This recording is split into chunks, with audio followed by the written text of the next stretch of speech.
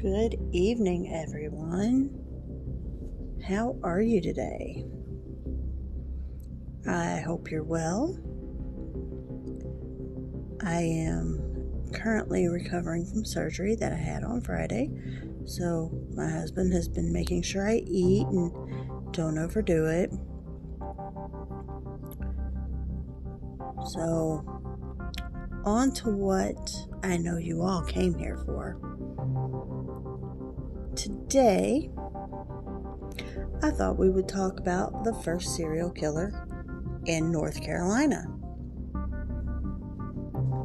Warning: the following case depicts murder by poison as well as possible sexual abuse of a teenager. Listener discretion is advised. Margie Velma Barfield was born October 29th, 1932 in Eastover, North Carolina. Velma was still very, very young when she noticed there was a difference in financial standing between herself and her fellow classmates. Now, this revelation started her down a very slippery slope. She started out stealing her father's pocket change. Then she escalated, and she stole $80 from an elderly neighbor. When her father found out, he beat her, and that ended her thieving career as a child. Now, it is assumed that once she became a teen, her father would sexually assault her. And he did this until she was around 17. And the only reason he stopped was because she married her high school boyfriend, Thomas Burke. And they went on to have 2 children. Now, I say it's assumed because we'll find out later that there's other conversations had where this is brought up, and it's never brought up until then. So, back to the story. After Velma had their second child, she then went to work at a local textile plant, but due to some health issues, she had to quit, and she ended up needing a complete hysterectomy, which in turn made her very insecure in her womanhood. And I'm assuming that's the health issue that arose while she was working, and it messed her back up as well. Now, because of the surgery, she developed a dependency to the painkillers Valium and Librium. Now, the whole time this is going on, her husband Thomas began drinking really heavily. This led to them having a lot of fights and arguments, and after a fight on April 4th, 1969, Velma took the kids and they left the house for a little while just to give herself some time to cool down. When they came home, they found the house completely destroyed by fire, and Thomas, unfortunately, didn't make it out of the home in time. After the fire, Velma and the children moved back in with her parents. And I may be wrong, but if you're being sexually assaulted by someone, I don't I can't imagine moving back in with that person, especially once I have my own children, because I wouldn't want to put them in that situation. But that's me. That's not anyone else. That's just my thought process. So anyway, soon after she and the children moved back in, she remarried.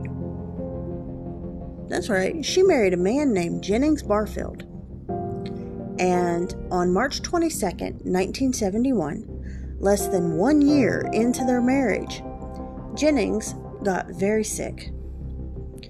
And as he was recovering, he ended up getting a different illness, and he then passed away from a heart attack.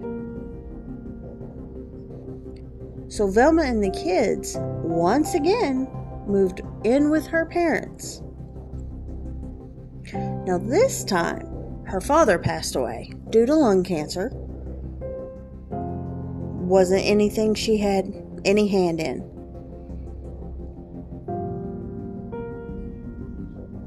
And his death happened fairly soon after she moved in with the kids.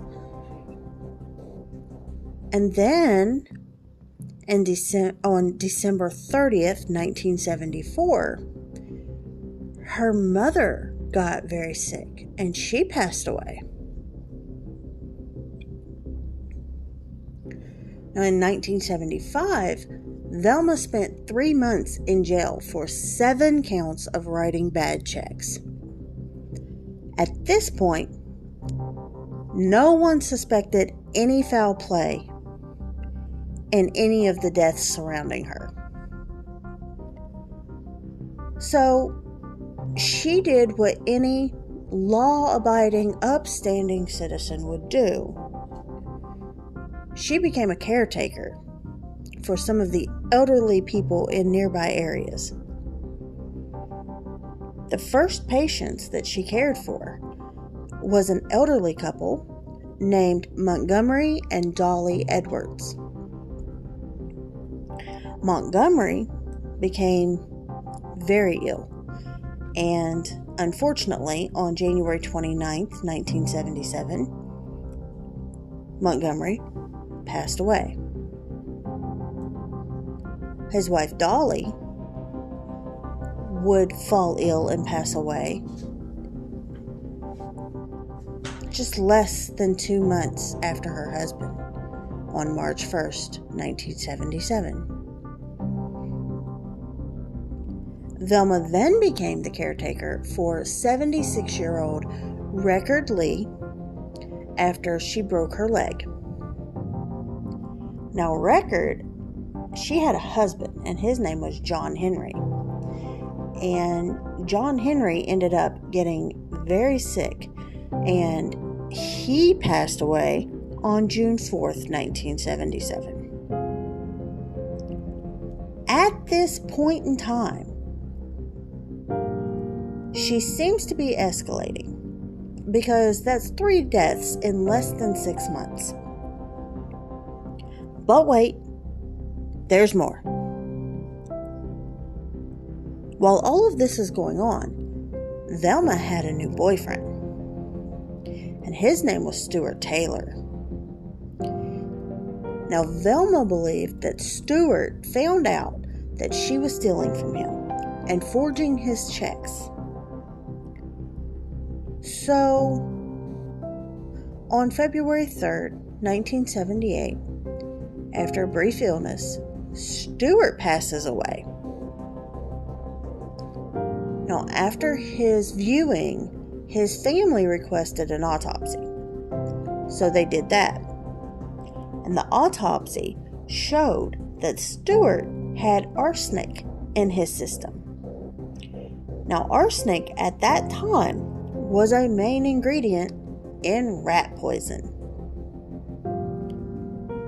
Because of this suspicious death, They then exhumed the body of Jennings Barfield and found that he too had traces of arsenic in his system.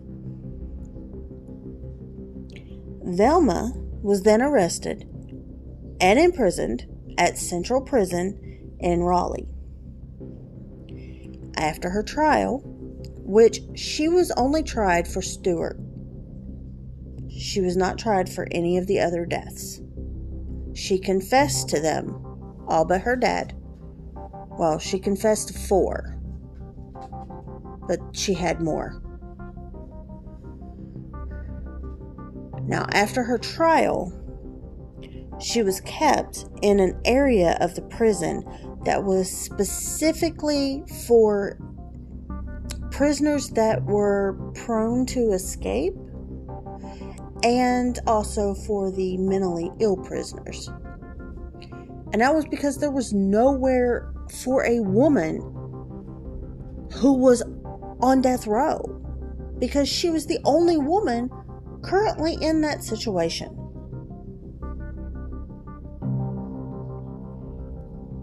Now, while she's on death row, Velma becomes a devout Christian, with her involvement in ministry being so extensive that an effort was made to commute her sentence from death to life imprisonment. Psychiatrists, and this is where we get back to the sexual abuse. Psychiatrists tried to fight against her death sentence with a particular one, stating that she suffered from dissociative identity disorder, which is basically having 2 or more personalities. Now, supposedly, this psychiatrist spoke with the other personality, whose name was Billy.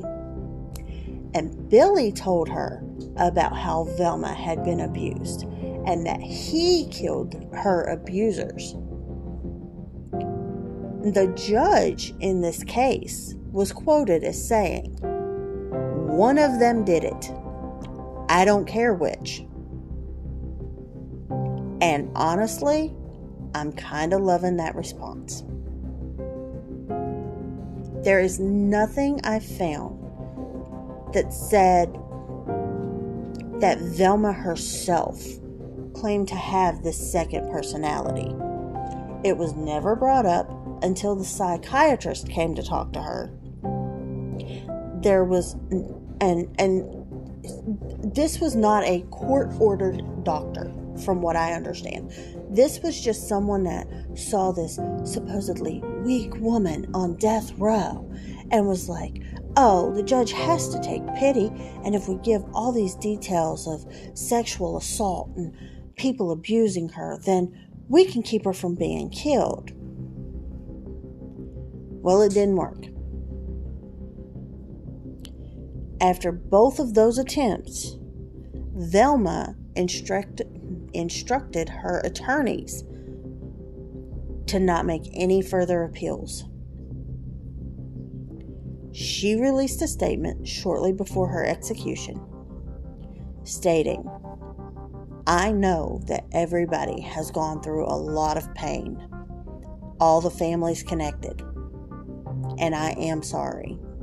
And I want to thank everybody who has been supporting me all these 6 years."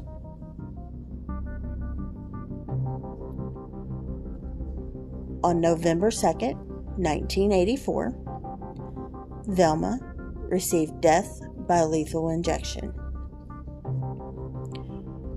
She was buried in a small, rural North Carolina cemetery near her first husband.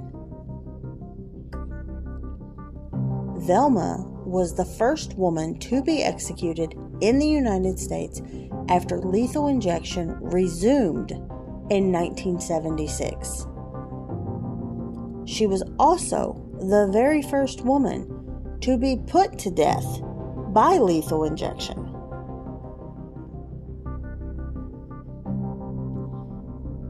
Singer-songwriter Jonathan Byrd is the grandson of Jennings Barfield and his wife, his first wife.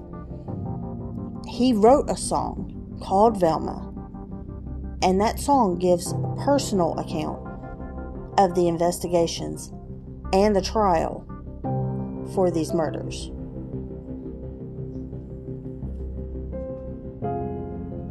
And it just seems like we keep running into these rat poison stories, which, back in the day, that was the best way to do it if you were going to kill somebody and not be caught. But then they started getting, they caught on and they were able to detect it. So I want to thank you guys once again for joining me for another episode of True Crime and Whatnot. Please make sure to share the podcast with your friends and family and have them follow it on Spotify. When we hit 100 followers on Spotify, I will play Bean Boozled. And I am hoping to do this live on my YouTube channel. And I may even do it on my Twitch channel. I may do a stream where I do it on that. But the YouTube channel, which has all of the episodes that I have recorded so far, it is under just my name, Tanya Ratliff. Until next time, stay true and whatnot, guys. Bye.